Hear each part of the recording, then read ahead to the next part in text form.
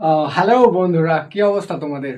আজকে আমি নিয়ে এসেছি একটা নতুন ভিডিও, যেখানে কিছু ইউটিউবারদের, কিছু টিকটকারদের ভিডিও রিভিউ করব বলে তো রিয়াকশন দিব। তো চলো শুরু করা যাক ভিডিও। সোলেমান চাচা তাহাজ্জুদ পড়েছিল। হাই সুইটি, তোমার গাছ আমি উঠাই আসবো। This is mafia. Sweetie sweetie sweetie বাবা আসছি বলা।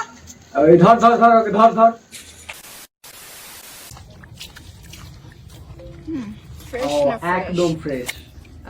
ও ঠিকই আছে।